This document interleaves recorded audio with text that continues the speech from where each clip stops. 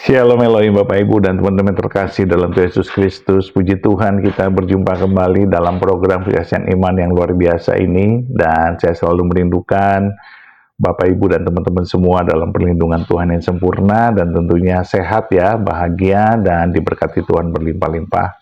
Dan menjadi berkat besar bagi banyak orang. Dan sesama saudara seiman. Amin, puji Tuhan. Baik, hari ini kita akan mendengarkan kesaksian dari Pak Teddy ya, seorang mantan preman yang ganas, yang dahulunya berambut gondrong dan sulit sekali mengampuni orang-orang. Dan kalau pergi kemana-mana, di belakang punggungnya itu terselip parang ya, dan ditutupi oleh rambutnya yang gondrong yang luar biasa itu. Dan beliau begitu bangga dengan keganasannya, begitu bangga dengan kepremanannya, dan begitu bangga dengan orang-orang yang takut kepada beliau. Tetapi akhirnya Pak Teddy menyadari di dalam agamanya yang lama, ketika beliau rajin sholat, rajin salawatan, rajin beribadah, beliau tidak menemukan kepastian keselamatan. Beliau tidak menemukan jalan yang lurus. Namun tiba-tiba beliau berkeinginan untuk membaca Alkitab. Dan apa yang terjadi? Disitulah Roh Kudus bekerja dan menjamah beliau. Beliau menemukan jalan keselamatan itu, yaitu hanya di dalam Yesus Kristus. Bagaimana kisahnya? Mari kita saksikan bersama-sama. Tuhan memberkati. Bisa mengenal Tuhan. Di samping saya ini Pak Teddy. Shalom Pak Teddy. Shalom. Apa kabar Pak? Luar biasa. Iya, luar biasa karena bukan uang ya, karena Bukan. Tuhan. Luar biasa karena Tuhan Yesus. Haleluya ya. Nanti beliau akan menceritakan, nanti Anda akan terkaget-kaget bagaimana seorang yang begitu fanatik, seorang yang tadinya hidup di dalam kekerasan tapi diubahkan Tuhan secara ajaib ya. Pak Teddy boleh cerita kepada teman-teman supaya mereka juga bisa diberkati Tuhan ya. Bagaimana latar belakang hidup Pak Teddy? Pak Teddy mungkin bisa mulai dari daerah mana, Bapak dengan didikan seperti apa dulu. Silakan Pak. Oke, terima kasih. Selamat malam. Salam. Ya, shalom. Memperkenalkan, nama saya Teddy. Nama saya aslinya Teddy Ruhimat. Kalau di kampung saya namanya Teddy Ruhimat. Saya mengenal Tuhan Yesus bukan satu kebetulan. Tetapi saya dari keluarga yang fanatik, mama maupun bapak. Bapak saya seorang militer. Dan kampung bapak adalah, apabila saudara-saudara tahu kota Tasikmalaya adalah terkenal dengan kota 1000 pesantren. Iya. Jadi dari keluarga bapak saya, hampir rata-rata mereka punya pesantren. Kalau dari mama, para pengusaha. Di dalam perjalanan hidup saya, sejak kecil saya dididik fanatik di dalam keagamaan. Sehingga dari kecil belajar mengaji dan lain sebagainya. Sebagaimana orang-orang muslim mendidik anak-anaknya. Begitulah saya dididik di dalam keagamaan yang notabene fanatik. Jadi tidak ada peluang kita untuk bermain-main di dalam keagamaan. Kalau belajar ngaji, salah sedikit main pukul dengan rotan oleh ustadz. Saudara yang kasih, dalam perjalanan hidup saya besar karena dengan kekerasan oleh orang tua karena militer, sehingga saya menjadi orang yang keras. Orang yang keras hati, keras segala-galanya. Saudaraku yang kekasih, ketika tahun 68, 67, saya sudah mengenal dunia narkotik. Sehingga saya terlibat pada saat zaman itu dengan ganja, LSD, dan lain sebagainya. Sehingga saya ditangkap oleh polisi dan saya merasakan bagaimana masuk penjara. Kebetulan pada waktu itu belum ada undang-undang narkotik, karena undang-undang narkotik diterbitkan oleh pemerintah tahun 70-an, 74. Saudara yang kekasih, di dalam perjalanan hidup saya semakin hari semakin besar. Satu kali saya merantau ke Jakarta. Dari Jakarta saya merantau ke Manado. Sekitar tahun 75 saya sampai di Manado. Di sana saya tinggal di anggota kepolisian. Di sana beliau itu ketua jemaat di satu gereja. Hobi saya baca. Jadi saya membaca majalah, koran, dan lain sebagainya. Semua sudah saya baca semua, tiba-tiba saya lihat Alkitab. Dibacalah Alkitab itu. terutama di dalam perjanjian baru, bicara tentang Tuhan Yesus. Tidak lama kemudian saya membaca Yohanes 14 ayat 6, akulah jalan dan kebenaran dan hidup. Tidak seorang pun sampai kepada Bapa jika tidak melalui aku. Saya bandingkan dengan iman saya, kalau sholat itu setiap rakaat baca sholawat Nabi. Yang berbunyi, Allahumma sholli ala Sayyidina Muhammad wa ala Sayyidina Muhammad. Yang artinya, ya Allah selamatkan Muhammad juga keluarganya Muhammad. Di situ saya tersentak sebagai orang Muslim yang fanatik. Saya mendoakan Muhammad supaya diselamatkan. Bapak saya, mama saya, saudara saya tidak pernah mendoakan saya selamat atau tidak selamat. Tapi saya dengan umat Muslim seluruh dunia mendoakan Muhammad untuk selamat. Saya berpikir, kalau begitu siapa yang mendoakan saya? Ternyata tidak ada. Sehingga saya mengambil keputusan. Bukan mudah mengambil keputusan, saya bergumul setahun apakah saya percaya Yesus atau tidak. Sedemikian lama saya dididik di dalam keislaman. Untuk mengambil keputusan untuk berubah itu tidak gampang. Tapi akhirnya saya ambil keputusan, saya percaya Tuhan Yesus tahun 1979. Kalau tidak salah bulan Mei. Dan disitulah. Sebentar Pak Teddy, saya mau bertanya dulu. Pak Teddy, bagaimana ceritanya Bapak bisa sampai di rumah yang ada Alkitab? Bapak kan seorang yang fanatik pada waktu itu. Betul, terima kasih. Ada satu hal. Kehidupan orang Manado itu, saya merantau ke seluruh Indonesia, mereka itu menganggap orang itu saudara. Oh. Makanya kan ada pepatah, orang semua bersaudara. Oh. Kalau pepatah di Manado. Iya, iya. Saya nggak dianggap orang lain, walaupun saya masih sembahyang, mereka cuek aja, welcome aja. Dan kebetulan yang saya tinggali waktu itu, seorang polisi berpangkat kolonel. Kalau sekarang kombes, kalau zaman 70-an itu kolonel. Iya, iya. Dan dia sebagai ketua jemaat satu gereja Masehi Injil Minahasa. Iya. Nah, disitulah saya bisa ketemu Alkitab, saya membacanya. Karena saya memang dari kecil sudah pintar membaca. Sebentar Pak, Bapak temukan Alkitab itu disodorkan untuk Bapak baca atau Bapak mengambil sendiri atau bagaimana pada waktu itu? Di rak-rak buku. Ngambil sendiri, tidak ada yang sodorkan. Tidak pernah diinjili oleh seorang pun. Tidak ada. Saya ambil sendiri, saya percaya itu adalah dorongan Roh Kudus. Ambil sendiri dan saya baca. Sehingga setelah saya baca, banyak sekali keajaiban-keajaiban di dalam Alkitab yang tidak ada di dalam kitab yang saya baca zaman dulu. Ya itulah setelah saya masuk ke Injil Yohanes 14 ayat 6, di sana tertulis, akulah jalan dan kebenaran dan hidup. Tidak seorang pun sampai kepada Bapa jika tidak melalui aku. Berarti ya jalan itu Yesus. Tidak ada tokoh agama selain Yesus yang mengatakan akulah jalan, termasuk Nabi saya. Sehingga saya harus ambil keputusan, mau ikut Yesus atau saya tetap mau ikut Nabi saya. Kalau dipikir-pikir, saya ini ternyata beragama dengan iman buta. Saya bisa ngaji, saya belajar ngaji, tapi saya tidak tahu artinya. Jadi artinya iman buta. Sementara saya baca Alkitab bahasa Indonesia, dengan arti yang sungguh-sungguh pakai bahasa Indonesia atau bahasa ibu, sehingga saya mengerti apa yang diperintahkan Tuhan kepada orang yang mau mengikutinya. Berarti saya harus mengambil keputusan. Akhirnya saya mengambil keputusan harus percaya Tuhan Yesus. Haleluya. Dan saya dibaptis di gereja Masehi Injil Minahasa. Di Kampung Rike, Wanea, Manado. Tahun 79. Tahun 79. Tapi saya bertumbuh di gereja Alkitab Anugerah. Dan saya juga sekolah di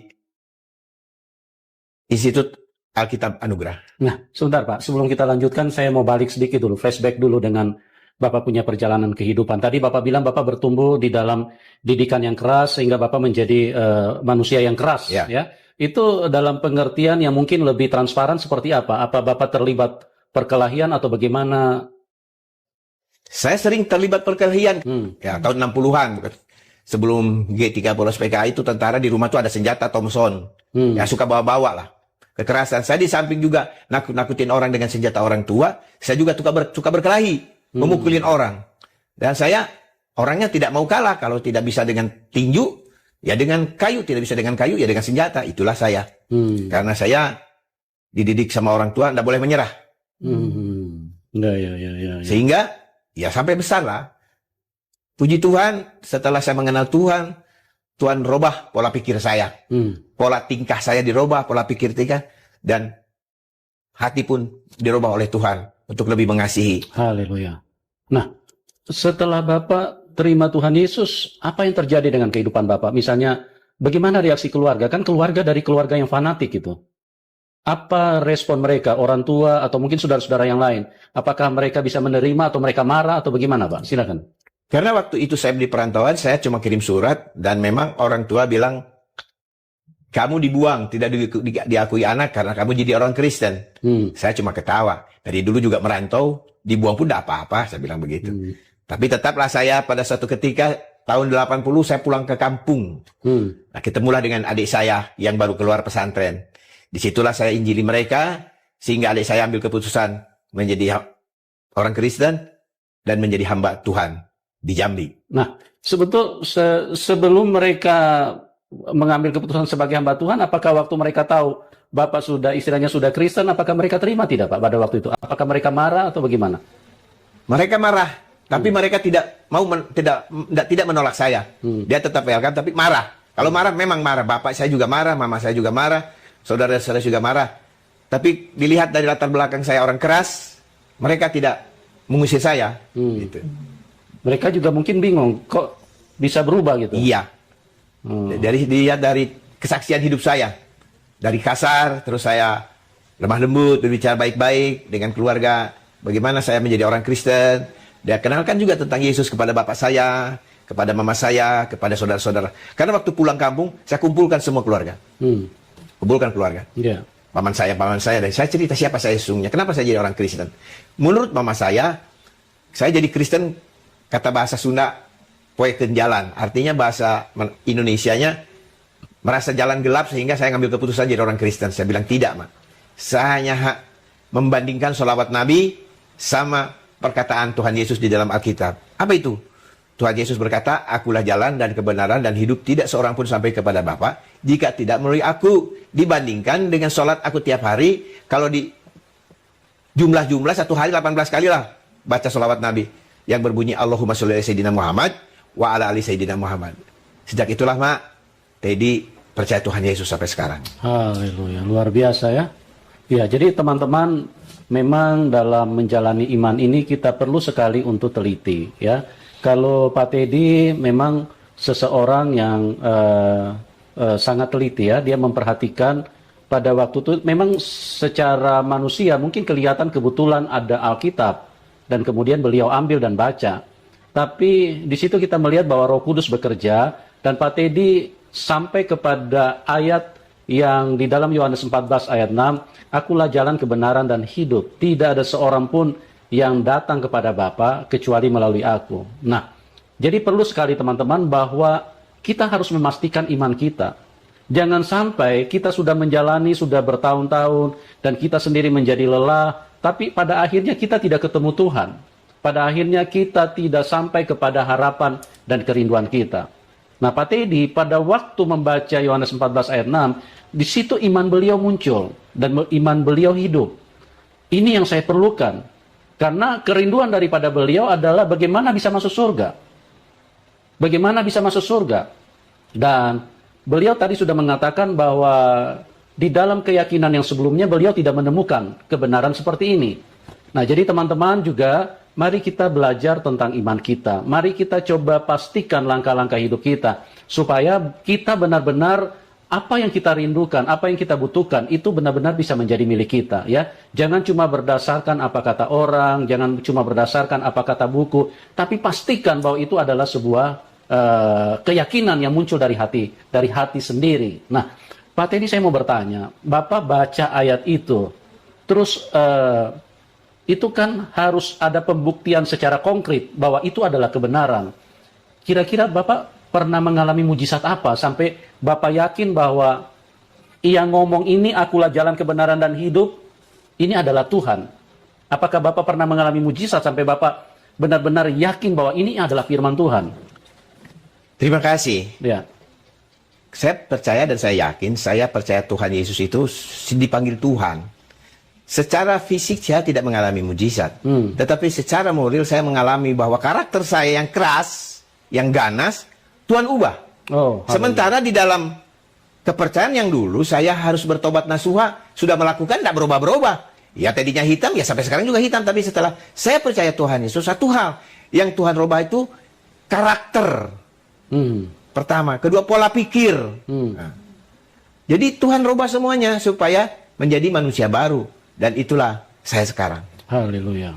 Oh, jadi secara karakter itu Bapak berubah ya? Iya. Sebetulnya itulah mujizat yang paling besar, Pak. Cuman orang selalu mengaitkan kalau mujizat itu secara fisik. Karena karakter itu tidak ada yang bisa mengubahkan, Pak, kecuali Tuhan. Iya. Ya kan? Diri kita sendiri pun tidak mampu mengubahkan karakter kita. Kita dari kekerasan, dari orang ganas, dari orang munafik, dari orang suka bohong, kita tidak bisa berubah, Pak. Betul. Kecuali Tuhan yang merubah kita. Dan sebetulnya Pak Teddy mengalami mujizat yang terbesar di dalam kehidupan ini. Kalau cuma misalnya air berubah jadi Fanta, itu mujizat-mujizat secara kulit luar. Karena itu terjadi di luar manusia kita. Tapi kalau karakter sifat kita berubah, itulah mujizat terbesar. Karena hidup kita berubah. Ya, kalau cuma air berubah jadi Fanta, itu kita mau minum Fanta kan juga tidak terlalu penting. Tapi kalau karakter kita berubah, itu yang paling penting. Karena kalau karakter kita berubah, kita akan jadi bahagia. Karena apa? Karena hidup kita berubah. Dari seorang yang tadinya hidup dalam kegelapan, berubah dan menjadi berkat bagi orang lain. Kalau dulu Pak Teddy kemana-mana, banyak orang yang takut. Ya, tadi sudah diceritakan karena kalau tidak mampu adu tinju, pakai benda. Itulah yang beliau lakukan. Nah, kira-kira setelah Bapak mulai baca Alkitab itu berapa lama? Lantas Bapak mengambil kesimpulan bahwa saya mau terima Tuhan Yesus? 1 tahun. 1 tahun? 1 tahun. Ya. Nah, selama 1 tahun itu ada nggak kebimbangan, Pak? Banyak. Apa iya? Apa iya? Apa iya? Apa benar? Gitu kan. Terus bagaimana Bapak mengatasi ini sampai Bapak kepada kesimpulan ini yang benar gitu loh. Satu hal bahwa saya itu kan perokok berat. Terus ada namanya juga masih remaja. Umur berapa ya waktu itu? 27 kan? Apa lagi ya? Ngana lebih bagus supaya ngana betul-betul ikut Tuhan Yesus, kasih buang tuh rokok kata. Dengan bahasa Manado. Yang ngomong siapa, Pak? Ada teman cewek gitu kan. Akhirnya saya rokok masih, kan saya kalau beli rokok satu slop bukan satu bungkus, dibuang lah semua itu. Terus gunting rambut. Nah, saya tinggal di rumah Kolonel Weli Taroreh. Kalau teman-teman di Rike yang kenal Weli Taroreh, kenal lah itu. Terus tiba-tiba dia heran, kenapa rambut kamu digunting? Aku jadi orang Kristen lah. Ya harus dibaptis lah. Oke, tidak masalah, bilang. Akhirnya saya ngambil keputusan dibaptis. Nah, tunggu sebentar, Pak. Yang suruh gunting Bapak punya rambut Nggak ada. siapa? Nggak ada, saya. Boleh tahu sepanjang mana dulu rambutnya? Sampai begini nih. Oh. Kalau dulu di belakang rambut itu parang. Oh. Kan nggak kelihatan. Rambutnya agak keriting kan, kayak sarang tawon. Oh. Jadi panjang. jadi kalau parang segini itu diikat aja di sini di punggung. Masuk diurai rambut nggak ada yang kelihatan. Boleh tahu kenapa Bapak sampai pelihara rambut sepanjang itu? Mulai zaman itu ya umum lah anak-anak nakal gondrong itu. Ya. Jadi tidak ada yang suruh nih. Nggak ada. Terus Bapak kok tiba-tiba mau potong rambut itu? Ya itu. Berhenti merokok, potong rambut. Yang ditinggal di rumah, saya tinggal di rumah itu heran, kenapa kamu dipotong rambutmu lagi di meja makan? Saya jadi orang Kristen, Om. Jadi orang Kristen harus dibaptis. Jadilah, mau aku dibaptis gitu. Oh gitu.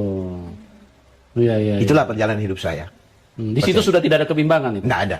Yakin sudah Yakin. 100% ya? Terus apa yang terjadi setelah Bapak dibaptis? Ada kerinduan melayani. Kerinduan melayani Tuhan. Akhirnya saya berkecimpung di RT itu kan jadi guru sekolah minggu, balita. Bertahap tuh sampai ke remaja. Saya bisa melayani. Tapi kan tidak punya pengetahuan. Akhirnya saya sekolah Alkitab. Kalau bahasa Inggrisnya GBI, Grace Bible Institute, Institut Alkitab Anugerah. Oh jadi seperti itu ya, Pak ya? Nah, setelah Bapak ikut Tuhan, percaya Tuhan, saya percaya pasti banyak mujizat yang terjadi. 1-2 saja Pak, mujizat yang benar-benar yang membuat istilahnya Bapak terkagum-kagum dengan Tuhan Yesus? Silakan, Pak. Oke. Sebenarnya sih mujizat tuh banyak saya. Kan Iya. di Kalimantan saya bawa kapal. Saya pernah tabrakan dengan ponton, kapal saya hampir tenggelam. Saya cuma berteriak, Tuhan Yesus tolong. Ya. Dan saya loncat ke ponton dan ikat kapal saya sehingga nggak jadi tenggelam, tapi tergantung di situ. Mujizat yang paling saya rasakan adalah tahun 2015. Ya. Saya stroke 12 pembuluh darah, saya pecah. Saya koma karena darah otak diselimiti oleh darah. Dan saya tidak sadar sampai di ICU. Selama berapa lama itu, Pak? 9 hari di ICU, tapi kalau stroke 4 bulan lah. 4 bulan ya. Tapi pada saat saya koma, saya ketemu Tuhan. Berupa cahaya dan di dalam cahaya itu keluar suara. Ampuni, ampuni pembalasan aku. Jadi karena saya waktu itu penuh keamarahan, penuh dendam. Tuhan mau saya mengampuni. Kan Alkitab bilang, kasihilah musuhmu. Iya. Menurut istri saya kan koma. Saya angkat tangan dan mengampuni orang-orang yang menyakiti hati saya satu persatu.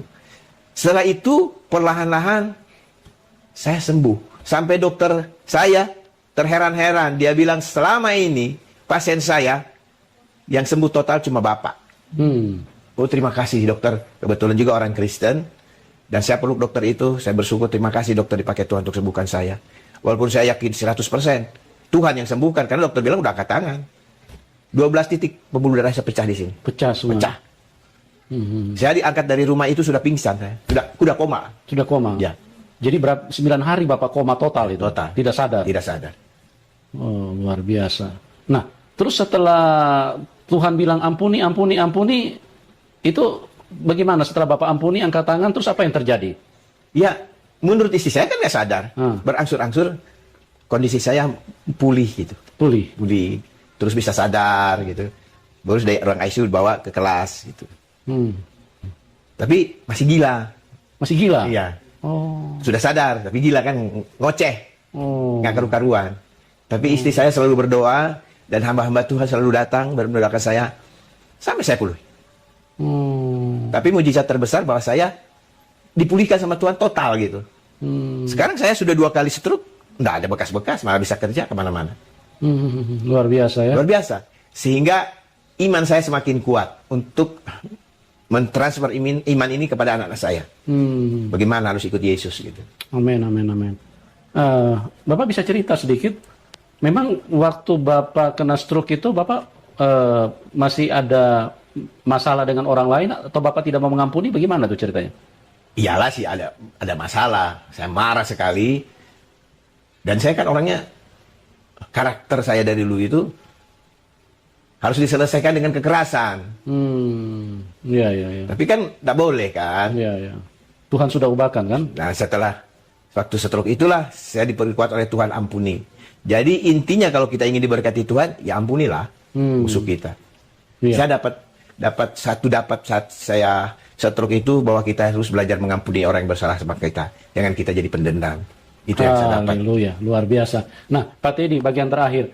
Bapak selama sudah ikut Tuhan ini, ada nggak pernah timbul keraguan bahwa jangan-jangan saya salah ini ikut Tuhan? Nggak pernah. Nggak pernah ya? Nggak pernah. Saya pernah mundur dari Tuhan waktu di Kalimantan, nggak pernah gereja, nggak pernah baca Alkitab, nggak pernah berdoa, pokoknya. Tapi saya tetap ikut Tuhan. Kalau saya ada masalah, yang saya teriak, Tuhan Yesus tolong. Kalau ada masalah, Tuhan Yesus tolong. Itulah pada satu ketika saya menikah, anak saya mulai kecil, besar, sekitar 5-6 tahun. Karena tetangga orang Bugis semua, kok anak saya bawa handuk. Dia mau sholat, saya menangis, saya peluk anak saya. Langsung saya cari gereja untuk ibadah, supaya anak saya juga sekolah minggu. Haleluya. Karena anak saya mau sholat, mau ngapain, nah ini yang besar ini. Baru anak ini. Amparin jadi sajadah, itu saya nangis, ampun Tuhan. Saya sudah salah, tidak didik anak yang baik, anak yang sudah Tuhan anugerahkan bagi saya. Saya tidak pernah meragukan kasih Tuhan, tidak pernah meragukan kuasa Tuhan, tidak pernah meragukan kebenaran Tuhan. Sejak saya percaya sampai saat ini, saya tetap setia ikut Tuhan. Walaupun saya, karena masalah ekonomi, masalah itu, saya sempat tidak aktif. Bukan tinggalkan Tuhan, tapi tidak aktif. Nggak aktif ya? Ya. Iya, iya. Jadi teman-teman, betapa luar biasa karya Tuhan di dalam hidup Pak Teddy ya. Dan memang kalau kita perhatikan firman Tuhan yang tertulis dalam Alkitab, itu adalah firman Tuhan, perkataan Tuhan. Jadi itu bukan perkataan manusia. Karena kalau dilihat dari latar belakang, Pak Teddy ini bukan orang yang percaya kepada Tuhan Yesus. Mereka iman yang antikris, artinya mereka orang yang tidak percaya kepada Tuhan Yesus, tidak percaya kepada Alkitab, tidak percaya kepada apa yang tertulis di dalam Alkitab. Dan kita melihat Tuhan Yesus pernah berkata dalam Matius 11 ayat 28, "Marilah kamu yang letih lesu dan berbeban berat, karena aku akan memberikan kelegaan." Kalau itu bukan firman Tuhan, maka perkataannya akan, "Marilah kamu orang-orang Kristen, karena aku akan menolong kamu." Tapi perkataannya menarik sekali. Marilah kamu yang letih lesu dan berbeban berat. Artinya ini untuk siapapun. Apapun imanmu, apapun latar belakangmu, apapun pendidikanmu, apapun ekonomimu, semua Tuhan sayang. Tuhan bilang, marilah kamu yang letih lesu dan berbeban berat. Luar biasa. Pak Teddy mengalami kasih Tuhan. Bagi teman-teman, dimanapun Anda berada menyaksikan acara ini, kalau engkau sedang dalam kebimbangan, engkau sedang letih, lesu, dan berbeban berat, mungkin engkau sudah putus asa, mungkin orang tuamu tidak mau tolong, atau mungkin Anda sedang diambang kematian. Ingat, ada satu pribadi, dialah Tuhan, Tuhan Yesus. Dialah Tuhan yang baik. Dia mengasihi semua manusia. Karena manusia ciptaannya. Dia sayang semua siapapun Anda. Dan dia mau memberikan kelegaan buat hidupmu. Amin. Ya, jangan kemana-mana. Datang kepada Tuhan. Dan Tuhan tidak pernah menolak Anda. Mungkin ada yang berkata, saya kan tidak percaya kepada Tuhan Yesus. Itu bukan masalah. Yang penting datang karena Tuhan Yesus mau tolong kepadamu. Tuhan Yesus mau buat mujizat di dalam hidupmu. Dan dialah pribadi yang baik. Ya, di dalam dunia ini ada dua kuasa. Satu kuasa Tuhan. Dan kuasa Tuhan itu mendatangkan kebaikan buat manusia. Dan satu kuasa setan. Setan itu mendatangkan kejahatan buat manusia. Kalau manusia menjadi nakal, manusia menjadi rusak, manusia begitu penuh dengan kebencian, amarah, itu adalah karena manusia telah dirusak oleh setan, dikuasai oleh setan. Ya, dan memang setan itu haus darah. Dan setan itu sangat menghalalkan darah manusia. Dia ingin supaya manusia mati terbunuh. Yohanes 8 ayat 44. Iblis adalah pembunuh manusia sejak semula. Yohanes 10 ayat 10. Pencuri datang hanya untuk mencuri, membunuh, dan membinasakan. Betapa kejamnya dan begitu jahatnya iblis ini. Dan itu sebabnya manusia kalau dikuasai dengan roh jahat, manusia akan ingin untuk supaya saling membenci dan saling membunuh. Kenapa? Karena setan ini sangat jahat. Setan itu sangat haus darah. Dia ingin supaya manusia mati semua. Jadi datanglah kepada Tuhan supaya kita terlepas dan terbebas daripada kuasa setan, daripada kejahatan setan. Karena hanya Tuhan Yesus yang bisa bebaskan kita. Amin. Ya, terima kasih Pak Teddy buat kesaksian yang luar biasa. Dan saya percaya banyak teman-teman yang diberkati pada kesempatan ini. Dan bagi teman-teman yang mau mendukung Pak Teddy, silakan. Dan terima kasih juga buat teman-teman yang sudah menyaksikan acara ini. Doa kami buat Anda semua, Tuhan Yesus mengasihi Anda semua. Dan kiranya kasih karunia Tuhan terjadi di dalam hidup kalian semua. Ya, kita akan berjumpa di program. Puji Tuhan, kesaksian yang dahsyat dari Pak Teddy yang sekarang telah menjadi hamba Tuhan. Beliau telah sekolah pendeta, sekolah teologia, dan melayani di daerah Sulawesi. Dan Bapak Ibu, kita melihat bagaimana kesaksian beliau langsung menginjili adiknya yang baru lulus dari pesantren. Ya, langsung adiknya itu bertobat dan terima Yesus sebagai Tuhan Juru Selamatnya. Dan akhirnya melayani di Jambi. Dan di sini kita melihat kesaksian yang luar biasa ini, bahwa seorang preman, seorang yang ganas, seorang yang tidak takut apapun kecuali kepada Tuhan, akhirnya bertobat di jamah Tuhan. Dan keganasannya itu diubahkan Tuhan seketika, dan kita melihat mukjizat Tuhan mengubahkan karakter seseorang yang buruk, yang sangat kelam, yang sangat kejam, menjadi seorang pengikut Kristus yang sejati. Luar biasa sekali. Nah, teruslah Bapak Ibu bersafaat, berdoa, bersaksi, dan menjadi berkat besar bagi banyak orang, karena dunia membutuhkan kasih Kristus. Dan kitalah penyalur kasih Kristus dengan iman dan kesaksian hidup kita. Tetaplah semangat, tetaplah percaya, tetaplah di dalam Tuhan. Tuhan beserta kita dan mengasihi kita serta memberkati kita sekarang dan sampai selama-lamanya. Di dalam nama Bapa dan Anak dan Roh Kudus. Di dalam nama Tuhan Yesus Kristus. Haleluya, haleluya, haleluya. Amin, amin, amin, amin, amin, amin.